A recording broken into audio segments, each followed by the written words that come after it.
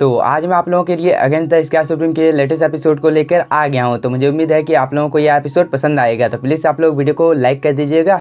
Episode की शुरुआत में हम लोगों को ब्लैक थंडर स्पाइडर को दिखाया जाता है जो कि दूर जाकर गिरती है। तभी हम लोगों को मंकी किंग को दिखाया जाता है जो कि बोलता है मैं तुम्हें जान से मार डालूंगा। इस पर ब्लैक थंडर स्पाइडर भी मंकी किंग के ऊपर हमला करने के लिए चली जाती है, लेकिन तभी हम डिवाइन सोल पैलेस के कुछ डिसाइपल को देखते हैं जिसे यहाँ पर बहुत ही बेरहमी के साथ तैनियों के साथ ही मार रहे थे। इधर हम जियान को देखते हैं जिसके ऊपर एक कल्टीवेटर हमला करने ही वाला था, लेकिन तभी मैंगे इसके ऊपर अटैक कर इसे भी जान से मार देती है। इसके बाद जियान मैंगे के पास चली जाती है जहां पर मंकी किंग ने भी इस ब्लैक थंडर स्पाइडर को जान से मार दिया था। तभी तैनी और उसके सभी साथी भी इस जगह पर आ जाते हैं। इस चीज़ को देखकर जियान तैनी को बताने लगती है कि इस जगह पर जितने भी डिवाइन सोल पैलेस के डिसाइपल थे उन सभी लोगों को हम लोगों ने जान से मार दिया है। चलो अब उन सभी को जान से मारने का टाइम आ गया है। इस पर तैनी भी हाँ बोलता है, लेकिन तभी मंकी किंग इस जगह पर आ जाता है और उसने ब्लैक थंडर स्पाइडर के कोर को तैनी को दे दिया था। इस पर तैनी बोलता है तुमने बहुत ही ज़्यादा अच्छा काम किया है। तभी इस जगह पर तैनियों के जितने भी साथी थे वो सभी लाओ युआन को देखकर बहुत ही ज़्यादा शौक हो जाते हैं और वो तैनियों से कई तरह के सवाल पूछने लगते हैं, लेकिन तैनियों बोलता है इस जगह पर जो कुछ भी हुआ है और लाओ युआन के बारे में बाहर के किसी भी आदमी को पता नहीं चलना चाहिए। इस बात को सुनकर इस जगह पर जितने भी कल्टीवेटर होते हैं वो सभी यहाँ पर कसम खाने लगते हैं कि अगर हम लोगों ने इस जगह पर जो कुछ भी हुआ है इस चीज़ के बारे में किसी को भी बताया तो इसी समय हम लोगों की मौत हो जाए। इसके बाद तैनियो अपने सभी साथियों को बताने लगता है ट्री ऑफ लाइफ से जैसे ही हम लोगों को डिवाइन लिक्विड प्राप्त हो जाता है तब हम इस जगह से चले जाएंगे, लेकिन तब तक लाओ युआन यहाँ पर हम लोगों को प्रोटेक्ट करेगा। इस पर लाओ युआन भी हाँ बोलता है। इसके बाद हम लोगों को कुछ देर बाद का टाइम दिखाया जाता है जहाँ पर ये सभी लोग कल्टीवेशन कर रहे थे। तभी यह लड़की तैनियो को बताने लगती है कि मैंने जितनी भी अफवाह ट्री ऑफ लाइफ के बारे में सुनी थी वो सब सच है, क्योंकि इस जगह की लाइफ लिक्विड बहुत ही ज़्यादा पावरफुल है और मुझे विश्वास है कि अगर ये किसी मुर्दे के अंदर में भी चली जाती है तो वह जीवित हो जाएगा। इस पर तैनियो उस लड़की को बताने लगता है कि तुम यहाँ पर जो कुछ भी बोल रही हो वो सब कुछ बस एक बकवास है, क्योंकि मैं तुम्हें आज सच्चाई के बारे में बताने वाला हूँ। क्योंकि ट्री ऑफ लाइफ की मदद से तुम्हारी बॉडी के अंदर में कितना भी ज़्यादा गहरा जख्म क्यों ना हो, लेकिन तुम ट्री ऑफ लाइफ की पावर की मदद से उसे बहुत ही आसानी के साथ हील कर सकती हो और साथ ही तुम डिवाइन लिक्विड की एक बूंद से ब्लड मार्क बोन्स को भी ठीक कर सकते हो। इस पर जियान बोलती है ब्रदर इन लॉ क्या हम डिवाइन लिक्विड की मदद से अपने इटर्नल इंजरी को भी ठीक कर सकते हैं। इस पर तैनियो इन लोगों को बताने लगता है कि लाइफ एनर्जी को पतला नहीं किया जा सकता है क्योंकि ये बहुत ही ज़्यादा पावरफुल है और अगर कोई इंजर्ड व्यक्ति अपने इटर्नल चोट को ठीक करने की कोशिश करेगा तो इस चीज़ की वजह से उसके इटर्नल अंग भी इंजर्ड हो सकते हैं। इस बात को सुनकर ये डिसाइपल बोलता है तैनियो तुम्हारे पास बहुत ही ज़्यादा नॉलेज है। इसके बाद तैनियो अपनी पावर का यूज करने लगता है और वो ट्री ऑफ लाइफ से डिवाइन लिक्विड की कुछ ड्रॉप को ले लेता है और जो कि सीधे बहुत ही तेजी के साथ तैनियो के पास आ जाती है। इसके बाद तैनियो इन सभी को अपने पास रख लेता है।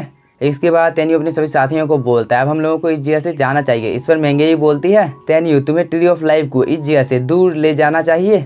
इस पर तैनियो मैंगे को समझाने लगता है कि अगर हम लोगों ने इस जगह पर ऐसा किया तो इस चीज़ की वजह से डिवाइन सोल पैलेस बहुत ही ज़्यादा गुस्से में आ जाएगा और अभी की कंडीशन के हिसाब से हम लोगों का हुआंगफू सेक्ट उतना ज़्यादा पावरफुल नहीं है, जिसकी वजह से डिवाइन सोल पैलेस और गॉडेस पैलेस एक साथ मिलकर हम लोगों के हुआंगफू सेक्ट के ऊपर हमला कर सकते हैं, जिसकी वजह से हम लोगों को बहुत ही ज़्यादा प्रॉब्लम का सामना करना पड़ सकता है।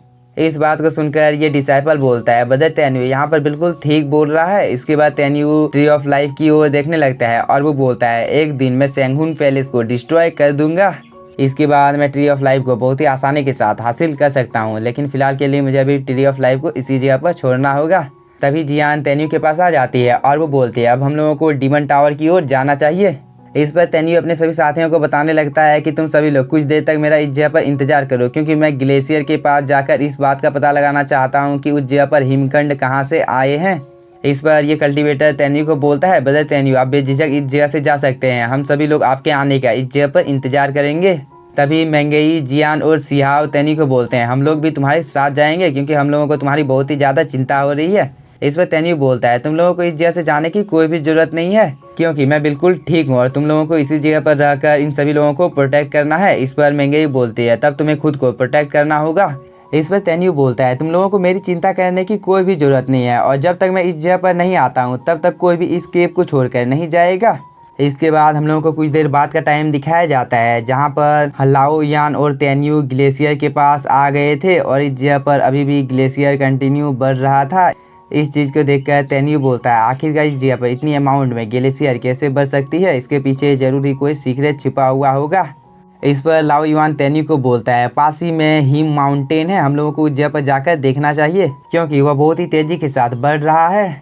इस पर तेन्यू बोलता है ये सभी ग्लेशियर बहुत ही ज़्यादा अजीब है और इस जगह पर जरूरी कुछ अजीब हो रहा है क्योंकि तुम देख सकते हो क्योंकि कितनी तेजी के साथ ये सभी हिमखंड बढ़ रहे हैं। हाँ, लेकिन इनमें से सबसे तेजी के साथ वो हिमखंड बढ़ रहा है। इस पर लाओ युआन तेन्यू को दिखाता है कि वह हिमखंड सबसे तेजी के साथ इस जगह पर बढ़ रहा है। इस पर तेन्यू बोलता है हम लोगों को उसी जगह पर जाकर पता चलेगा कि आखिरकार इस जगह पर क्या प्रॉब्लम है। इस पर लाओ युआन बिना कोई टाइम जाए किए इस माउंटेन के पास आ जाता है। तभी तेन्यू बोलता है हम लोगों को इस माउंटेन की चोटी पर जाना होगा। इस बात को सुनकर लाओ युआन माउंटेन की चोटी पर आ जाता है। इसके बाद तेन्यू बोलता है बाहर से हम लोगों को कुछ ज़्यादा चीज़ें पता नहीं चल सकती है, इसलिए हम लोगों को इस माउंटेन के अंदर जाना होगा। तभी तेन्यू और लाओ युआन स्पीड बोट के ऊपर आ जाते हैं और तेन्यू इस माउंटेन के ऊपर एक अटैक कर देता है जिसकी वजह से यह डिस्ट्रॉय हो जाता है और अंदर जाने का एक रास्ता ओपन हो जाता है। इसके बाद हम लोगों को कुछ देर बाद का टाइम दिखाया जाता है जहां पर तेन्यू और लाओ युआन इस माउंटेन के 8 मिलियन मील तक की गहराई तक आ चुके थे जहां का टेम्परेचर बहुत ही ज़्यादा ठंडा होता है और ये सब कुछ लाओ युआन तेन्यू को बता रहा था। इसके बाद फाइनली ये लोग सतह के ऊपर आ जाते हैं और तेन्यू बोलता है हम लोगों का रास्ता कोई रोकने की कोशिश कर रहा है। इसके बाद वो अपने एक अटैक से इस ग्लेशियर के ऊपर हमला कर देता है। लेकिन तेन्यू के अटैक का इस ग्लेशियर के ऊपर कोई भी असर नहीं पड़ता है जिसे देखकर तेन्यू भी एक पल के लिए थोड़ा सा शॉक हो जाता है। लेकिन तभी लाओ युआन बोलता है मुझे कोशिश करने दो। इसके बाद वह ग्लेशियर के ऊपर अटैक कर देता है लेकिन इसके भी अटैक का ग्लेशियर के ऊपर कोई भी असर नहीं पड़ता है, बल्कि ग्लेशियर ने लाओ युआन को ही फ्रीज कर दिया था।